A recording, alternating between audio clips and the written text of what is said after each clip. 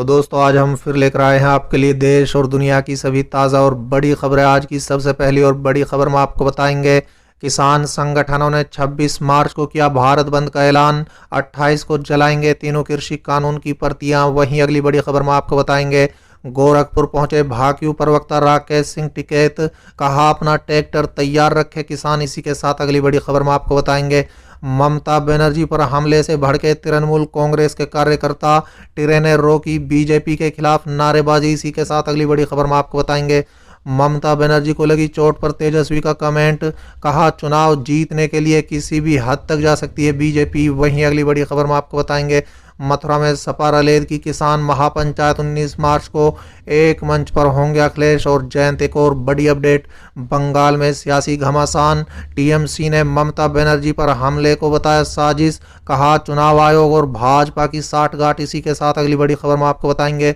ममता बनर्जी पर हमले की जांच शुरू, चुनाव आयोग ने प्रकरण की मांगी रिपोर्ट। एक और बड़ी अपडेट, कानपुर में दुष्कर्म की घटना पर कांग्रेस का हल्ला बोल, न्यायिक जांच और सीएम योगी के इस्तीफे की मांग। इसी के साथ अगली बड़ी खबर में आपको बताएंगे, दिल्ली दंगे पर बहस के दौरान विधानसभा में हंगामा, बीजेपी विधायक को मार्शल ने सदन से निकाला। एक और बड़ी अपडेट, सिल्लीगुड़ी के टीएमसी उम्मीदवार ने लगाया ममता बनर्जी पर सुनियोजित हमले का आरोप, उत्तर दिनाजपुर में सड़क जाम। तो चलिए देख लेते हैं आज की पहली बड़ी खबर। किसान संगठनों ने 26 मार्च को किया भारत बंद का ऐलान, 28 को जलाएंगे तीनों कृषि कानूनों की प्रतियां। दरअसल दोस्तों, किसान संगठनों ने केंद्र सरकार के 3 कृषि कानूनों के खिलाफ एक बार फिर भारत बंद का आह्वान किया है। ये बंद 26 मार्च को होगा और ये बंद पूरे दिन का होगा। दोस्तों बता दें कि 26 मार्च को किसान आंदोलन के 4 महीने पूरे होने वाले हैं। संयुक्त किसान मोर्चा के नेता बूटा सिंह बुर्जगिल ने बुधवार को कहा है कि हम 26 मार्च को अपने आंदोलन को 4 महीने पूरे होने के मौके पर पूर्ण रूप से भारत बंद का पालन करेंगे। शांतिपूर्ण बंद सुबह से शाम तक प्रभावी रहेगा। बंद के दौरान किसानों को ट्रैक्टर भी नहीं चलेंगे। दोस्तों बता दें, दरअसल सरकार और उससे जुड़े लोग लगातार इस बात का प्रचार कर रहे हैं कि किसान आंदोलन कमजोर पड़ गया है और अब किसान आंदोलन में लोग नहीं आ रहे हैं। बूटा सिंह ने कहा है कि ऐसे लोगों को बताने के लिए किसानों का आंदोलन अभी जीवित है, भारत बंद का आह्वान किया गया है। इतना ही नहीं, उन्होंने कहा है कि किसान और व्यापार संघ मिलकर 15 मार्च को पेट्रोल और डीजल के दामों में बढ़ोतरी और निजीकरण के खिलाफ प्रदर्शन करेंगे। इसके अलावा किसान 19 मार्च को मंडी बचाओ खेती बचाओ दिवस मनाएंगे। बूटा सिंह ने बताया है कि जिस तरह 8 मार्च को देश भर की महिलाओं ने सभी किसान आंदोलन स्थल पर जुड़कर अंतर्राष्ट्रीय महिला दिवस मनाया, उसी तरह संयुक्त किसान मोर्चा ने 15 मार्च से 28 मार्च तक का अपना कार्यक्रम सुनिश्चित किया है। बूटा सिंह ने बताया है कि जिन राज्यों में चुनाव हो रहे हैं या चुनाव होने वाले हैं, वहां पर संयुक्त किसान मोर्चा अपने मंच लगाएगा और लोगों को बीजेपी के खिलाफ वोट देने की अपील करेगा। चलिए अगली खबर, गोरखपुर पहुंचे भाकियू प्रवक्ता राकेश सिंह टिकैत, कहा अपना ट्रैक्टर तैयार रखे किसान। दरअसल दोस्तों, नए कृषि बिल के विरोध में लंबे समय से किसान संगठनों का विरोध लगातार जारी है।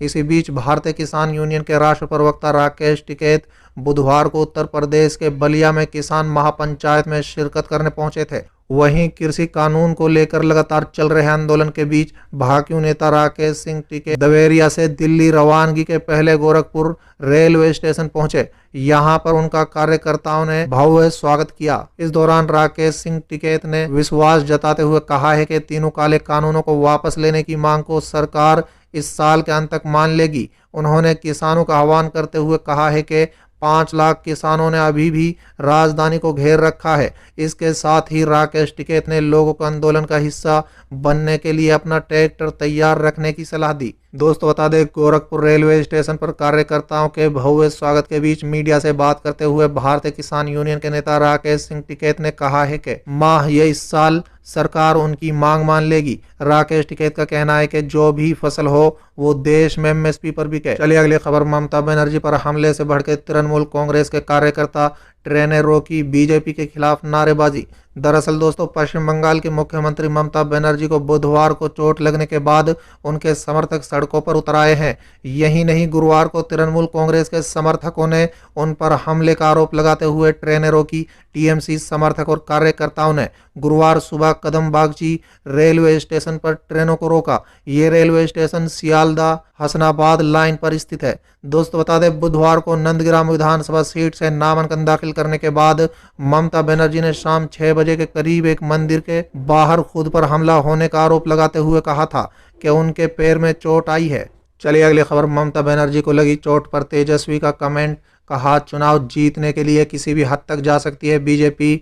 दरअसल दोस्तों, पश्चिम बंगाल में इसी महीने पहले चरण का चुनाव होना है। बीजेपी ने यहां अपनी सरकार बनाने की पूरी ताकत झोंक दी है। वहीं सत्तारूढ़ टीएमसी की मुखिया ममता बनर्जी भी बखूबी काउंटर कर रही है। इसी बीच ममता बनर्जी बुधवार को नंदग्राम में प्रचार के दौरान घायल हो गई। इसके लिए उन्होंने बीजेपी को जिम्मेदार ठहराया है।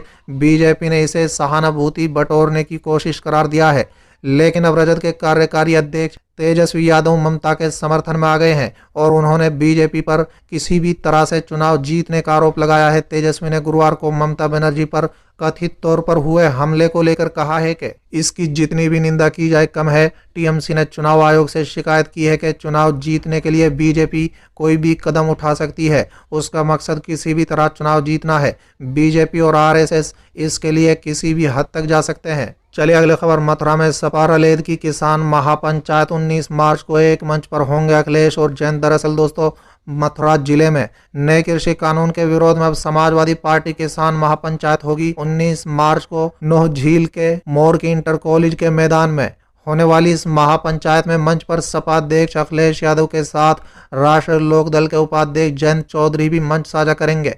इसे लेकर दोनों दलों के नेता तैयारियों में जुट गए हैं। दोस्तों बता दें, रलेद उपाध्यक्ष जयंत चौधरी भाकियू के साथ मिलकर मोर की मैदान पर एक किसान महापंचायत कर चुके हैं। अब 19 मार्च को मोर की इंटर कॉलेज के मैदान पर अखिलेश यादव की किसान महापंचायत का आयोजन होना है। खास बात यह है कि जयंत चौधरी भी अखिलेश यादव के साथ महापंचायत में मंच साझा करेंगे। दोस्तों बता दें, विधान परिषद के सदस्य संजय लाठर ने जानकारी देते हुए बताया है कि किसान महापंचायत में बड़ी संख्या में किसान शामिल होंगे। चलिए अगली खबर, बंगाल में सियासी घमासान। टीएमसी ने ममता बनर्जी पर हमले को बताया साजिश, कहा चुनाव आयोग और भाजपा की सांठगांठ। दरअसल दोस्तों, पश्चिम बंगाल में विधानसभा चुनाव से पहले सियासी घमासान जोरों पर है। प्रदेश की मुख्यमंत्री ममता बनर्जी पर बुधवार शाम हुए कथित हमले के बाद से आरोप प्रत्यारोप का दौर जारी है। तृणमूल कांग्रेस के प्रतिनिधिमंडल ने गुरुवार को चुनाव आयोग में ममता बनर्जी पर कथित हमले की शिकायत की।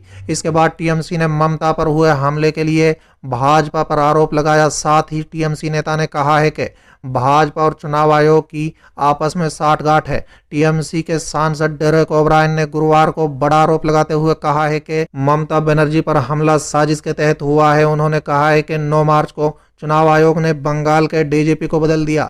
इसके एक दिन बाद 10 मार्च को भाजपा के एक सांसद ने सोशल मीडिया पर पोस्ट कर लिखा, शाम 5 बजे के बाद क्या होगा आप समझ जाएंगे। कुछ देर बाद ममता बनर्जी पर हमला हो जाता है। अब टीएमसी की मांग, जिम्मेदार लोगों को मिले सजा।